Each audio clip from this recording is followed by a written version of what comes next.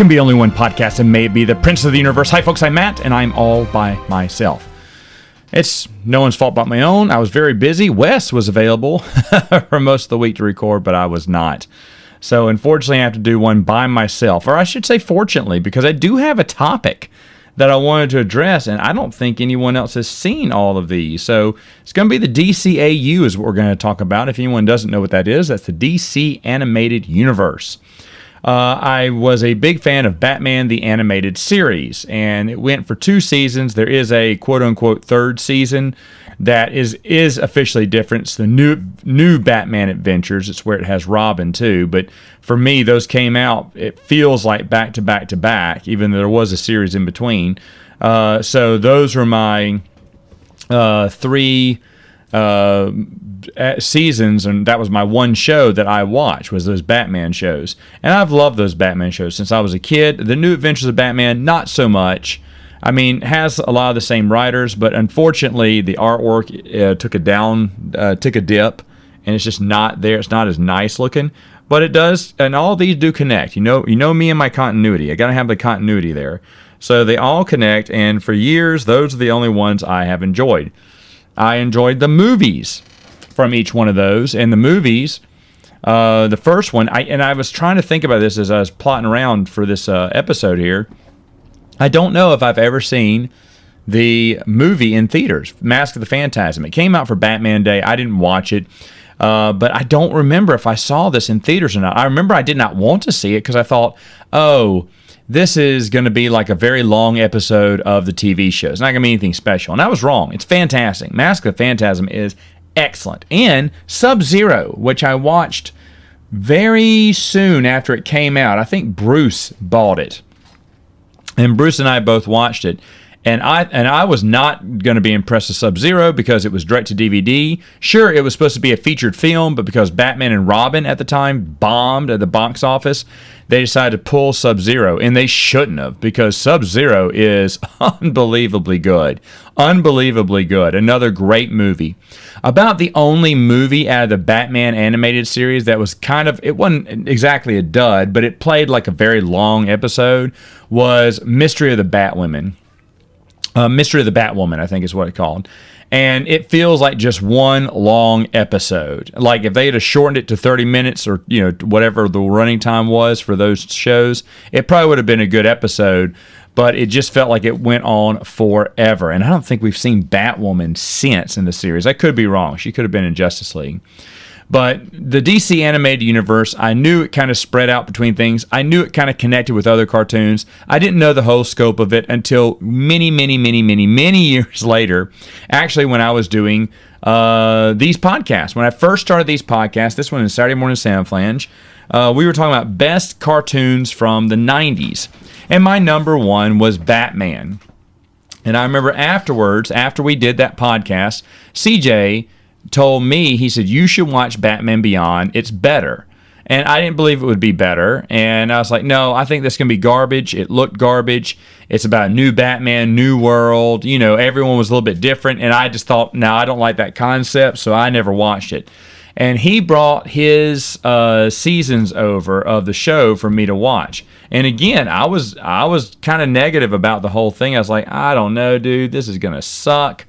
And Batman Beyond went 3 seasons, and I was like, okay. I mean, it's from the same creative crew, and when I watched it, I was like, oh, wow, this was really good. And I enjoyed it. Not as much as Batman. The animated series is still the best by far, but Batman Beyond, very good. And then he had the DVD of Return of the Joker, and whoa, is that movie dark. It's probably the darkest thing they have. Well, maybe the darkest thing they've ever done, the DC Animated Universe. But it's excellent. It's excellent. I was really not interested. Even though I enjoy the cartoon, I said, again, I was wrong about this. I said, the movie's probably not going to be that good. And no, it's excellent. It's excellent. It may be the best movie of the animated series in general. The DCAU, Return of the Joker is the best by far. So I was very surprised by that, and I was like, okay, well, now I've got my Batman Beyond connection. I knew the connection was always there. I knew, oh no, I've forgotten his name, who voiced it. It'll come to me in a minute, who voiced Batman. But I knew that he was, Kevin Conroy, there it is. I knew that he was the old Batman in Batman Beyond. And I couldn't think about him as being old. The new Terry, as the Batman Beyond guy, is like, no, he's no Batman. But I eventually got used to it and enjoyed it. Again, not as good as the Batman animated universe, but still good.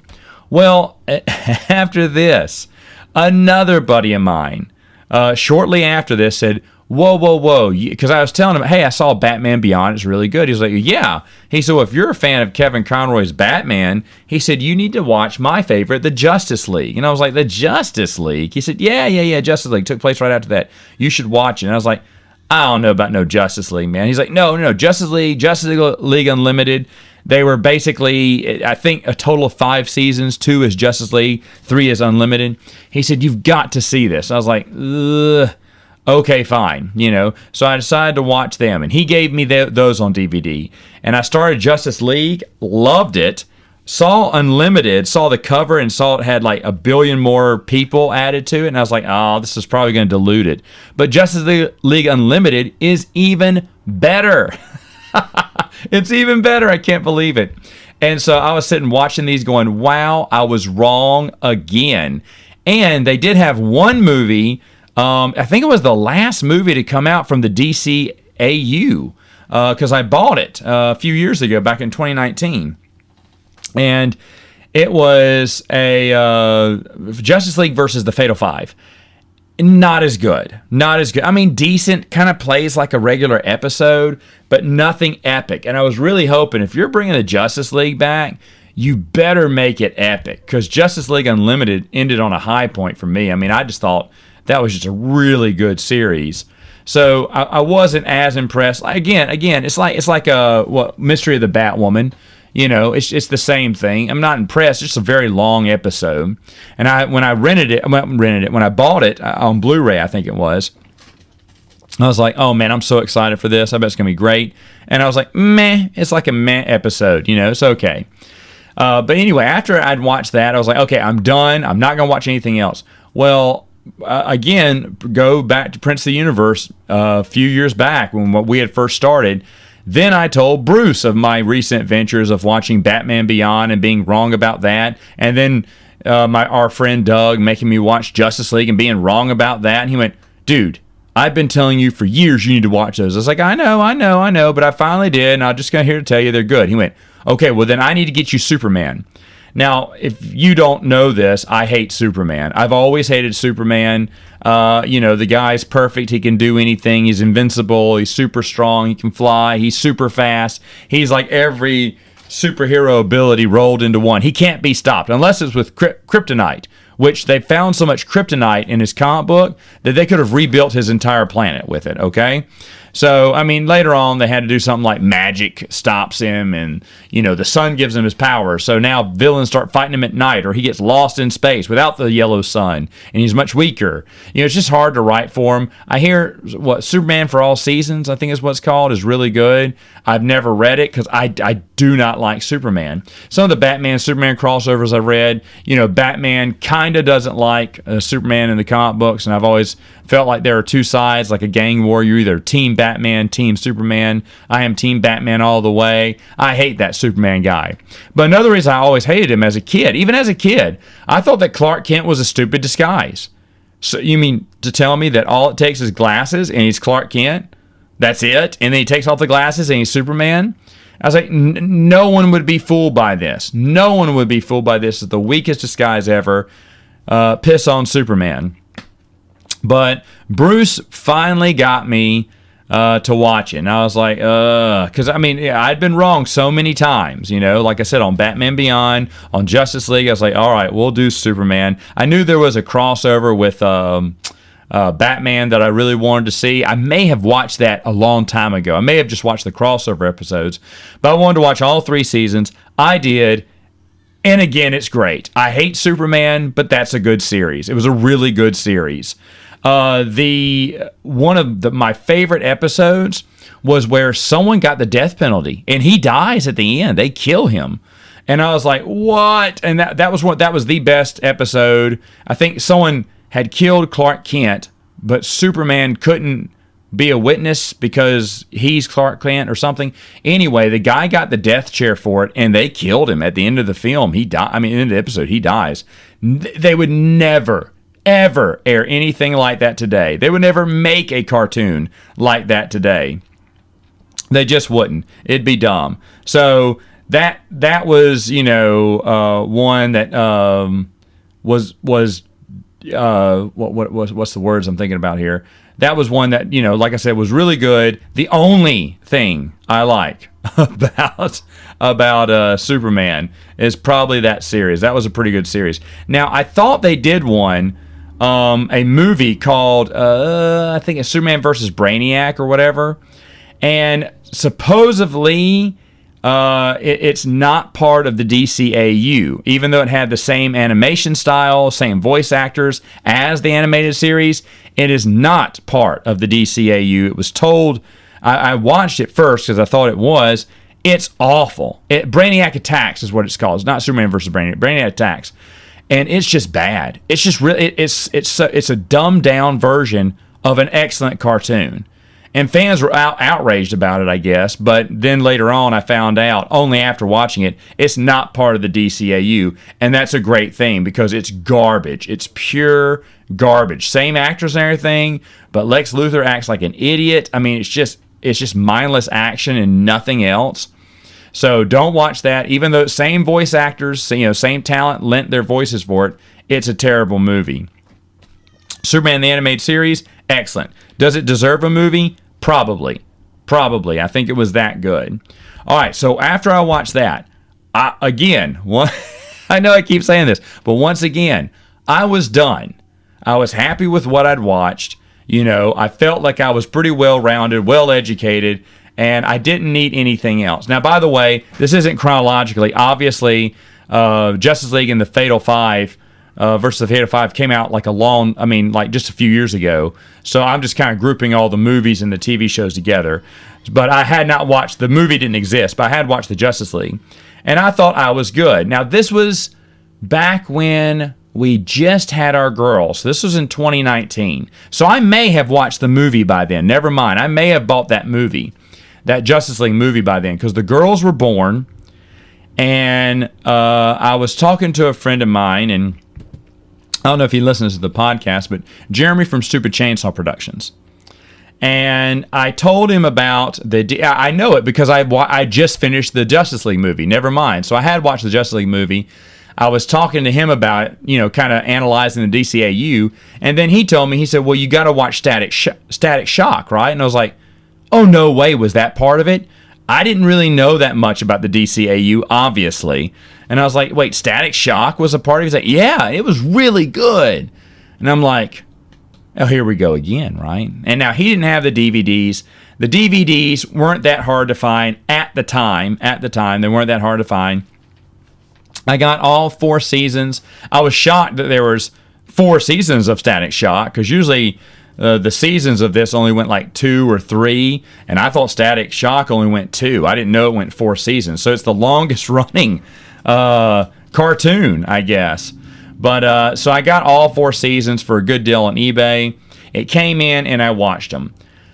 How do I start with this? Static Shock, the character is pretty good. The artwork, the animation gets better every year. In fact, the first season, it is awful. The second season, it is terrible, but not awful. It's bearable, but terrible. The third season, it becomes decent and kind of, in line with a bunch of other cartoons. In the 4th season, it looks beautiful. Okay? But the artwork the animation is horrendous for the first 2 seasons. Almost stopped me watching Static Shock. It was so bad. And I remember I was complaining to Jeremy, who said, oh no, the animation gets better.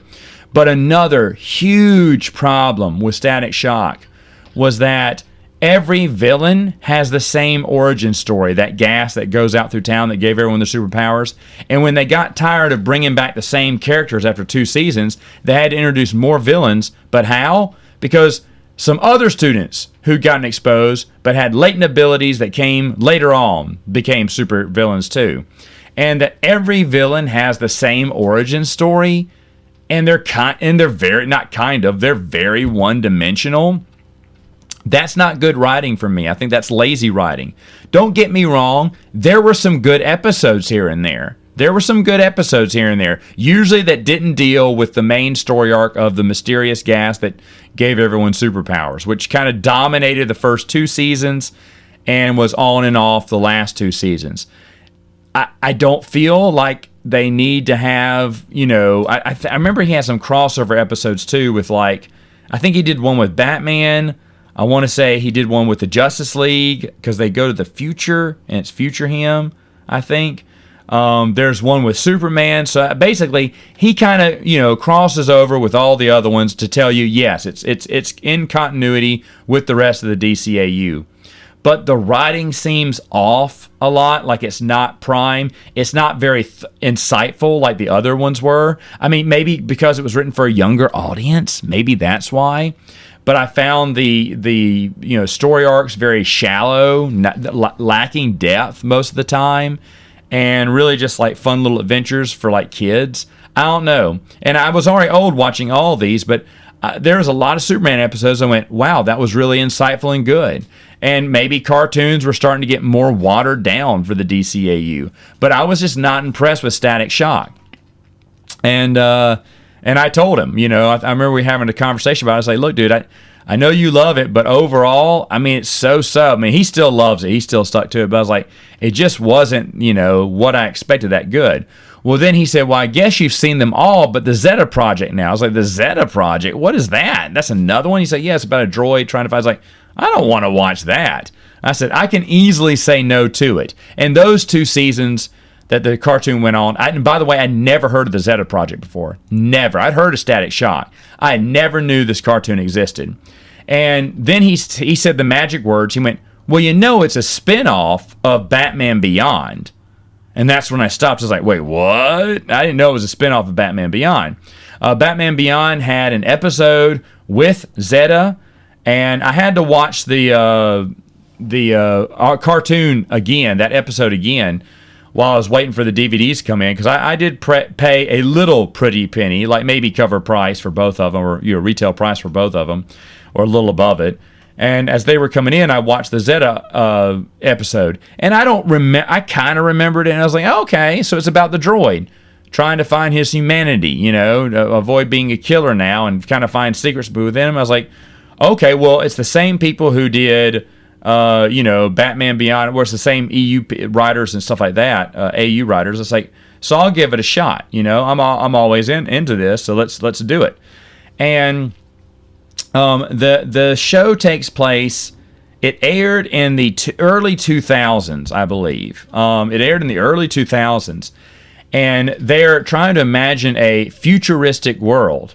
And in their futuristic world, by the year 2000, we all have these coffee shops that you can surf the internet with, because every table has a hardwired desktop at it, and that's the future. You insert a card, to put your ID in, and then you can access the web. And it's kind of funny because their version of the future is very limited to what they knew back in the year 2000 and 2001, 2002, whenever it was early 2000s. I remember when the series came out. And so that is kind of laughable at times, what they thought the future would be like, because a lot of their futuristic stuff we already had much better versions of, in the year 2019. And I was watching it, and I tried to get into it. I really did. The artwork in season 1 and season 2 just never lived up. It's like when Static Shock hit, the animators just got lazy. And so it's really not that good. There's a mystery they're trying to solve. Sadly, it ended because it got canceled because no one was watching it. But I'll be honest, I never knew this existed. I knew all the other cartoons existed except for the Zeta Project. And I didn't know that one existed. So the Zeta Project came and went. No one really knew, a blip on the radar. But now watching it, for the first time a few years back, it's not that good. It's not that good. I would never, if I was having to watch these all over again, I would probably skip Static Shock, and I would definitely skip Zeta Project, because they're not worth a rewatch, in my opinion. It's just not worth my time. I was bored most of the time watching the Zeta Project. So even though he does a crossover with Batman Beyond, which that was fun. That's about the only good episodes in it, because you miss the old days with Batman Beyond characters. But other than that, it's not very good. Now, I need to go back, because I just realized there was another, well, I think that's all for TV shows, but there was another cartoon movie for Batman. And I didn't know this until maybe later, because this is the last thing I saw. This is the last movie I saw from the DCAU. It was Batman and Harley Quinn. Now, I am so sick and tired of Harley Quinn. I'm so sick and tired of her. I think she is way overhyped, and not that good. And, she's been watered down now. So I was not excited when I found out that Batman and Harley Quinn was part of the DCAU. But that means I have to get it. So I got it, watched it, loved it. Nightwing's in it too. It should have been Batman and Nightwing versus Harley Quinn, or with Harley Quinn. It's got humor. It's got a great storyline. I was not bored the entire time, and I thought it was really, 5 stars. Is it the best movie? I don't know. I think Mask of the Phantasm maybe 1.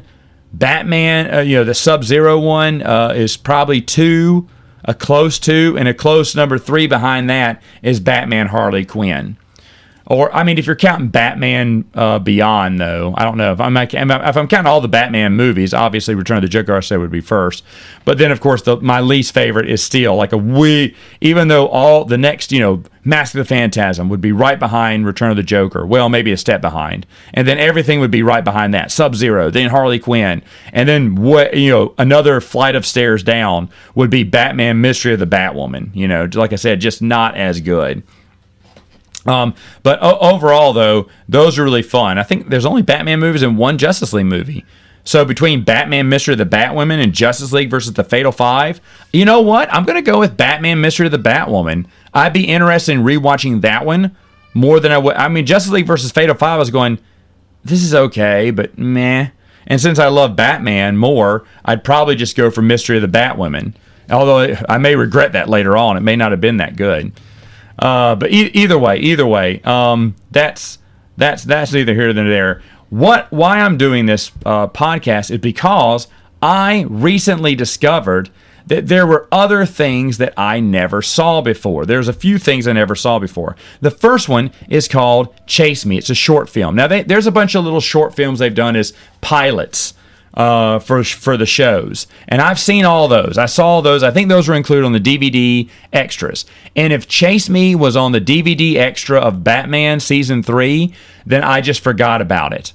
But usually all the short films, for the, pilots for these things were included on the extra features on the DVD. So I could be wrong. It could have been included in the extra features. But I don't remember seeing Chase Me before. A little 6-minute film. It's a silent film. Batman is chasing Catwoman around town. She's stolen something and Batman's going after her. It's fun. They don't use any voices because they couldn't afford, I guess, the voice work. But it's fun if you want to watch it. Nothing big there. But the thing that shocked me is they made 2 web series. If anyone knows Adobe Flash, Adobe Flash was what Homestar Runner, that was probably the most popular cartoon at the time in the early 2000s. It was an internet cartoon. You'd watch it. There were other ones I watched. Weeble and the Bob was another one. There was another one too. I can't remember its name right now. But I watched a few Adobe Flash cartoons back in the day. I thought it was cool. I really wanted to learn how to do it and do my own Adobe Flash cartoons. Now, Adobe Flash is a thing of the past now, but back then, you could, at the end of the Homestar Runner cartoon, you could interact with the cartoon. You could click on different things, see more video clips, or see pictures, or it'd take you to a different screen to show you something else, and it was always fun. Well, WB somehow got hip to what was going on. All the kids on the internet were watching Homestar Runner or whatnot, and they said, hey, let's make our own web series using Adobe Flash. And they did it better than Homestar Runner. Yes, better than Homestar Runner. And Okay, hold on just a moment here. And we're back. And that's what I get for not shutting the door. Oh, well. All right, so anyway, completely lost train of thought. Don't know where I'm at. But I was talking about somewhere about the web series. And in the middle of the cartoon, it would pause and let you choose the adventure or what they would do next. And do little clips until you clicked on the right one, I guess, that continued the cartoon. Now, you could also play a game on the website, too. I say this because I saw these play out on YouTube.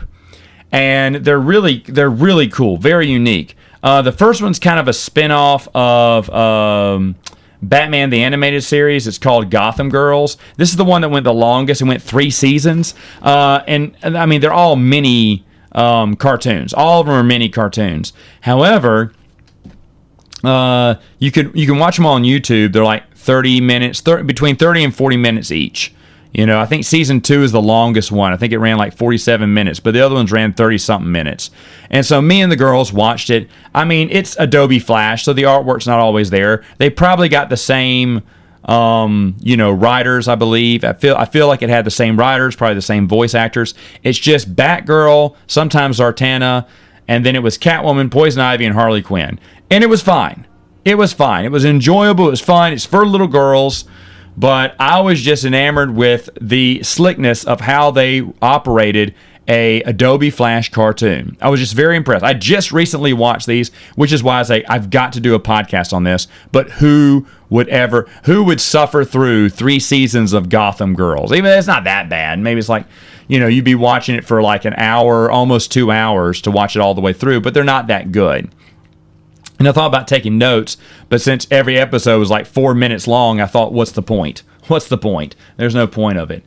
But it was interesting to see it work. Now, one that I don't know whether I suggest or not, I think you should watch a little bit of it and just see how wild and crazy this was.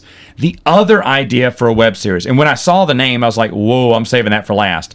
And it was Lobo. Lobo is one of my favorite characters from DC Comics. He's crazy. He's kind of like the Deadpool of the DC universe. He can regenerate. I want to say he came out before Deadpool 2. I think he came out before Deadpool was created. But Lobo is DC's Deadpool. He's wisecracking spaceman. He's an alien biker who's on an alien bike, like a big bike with rocket jets. He's kind of like a bounty hunter. He can regenerate and everything. He's Superman's villain in a way. He's kind of an anti-hero too. He does things for the chicks and the money, and that's it. He smokes big cigars and stuff like that. He's just a trash-talking guy. In fact, some of his, fake cuss words we used all the time. Son of a bastich, and frag or whatever. I can't remember what his other ones were, but we used to talk like Lobo all the time. In fact, there's Lobo's Christmas special and Beach Bash special, even though it would never, those aren't family-friendly comic books. They're all very bloody with scantily clad women, but Lobo's just hilarious. He's hilarious and all that. Big influence to me and my brothers back in the day, but he had his own web series. Folks, it's on YouTube. It is so friggin' violent.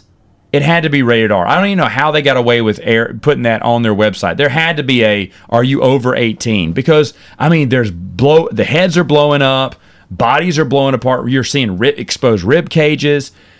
He says something about that the alien, there's an ugly alien. He went, he said, you're uglier than the growth, than the fungus growing on my Johnson. I was like, what? What did you just say?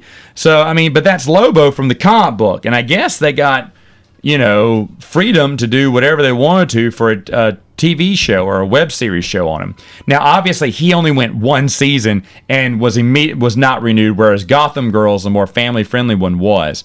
But just check out a little bit of that web series for Lobo. If you love Lobo, you may watch the whole thing. It's not great. Remember, it's Adobe Flash cartoon, so it's not the best animation.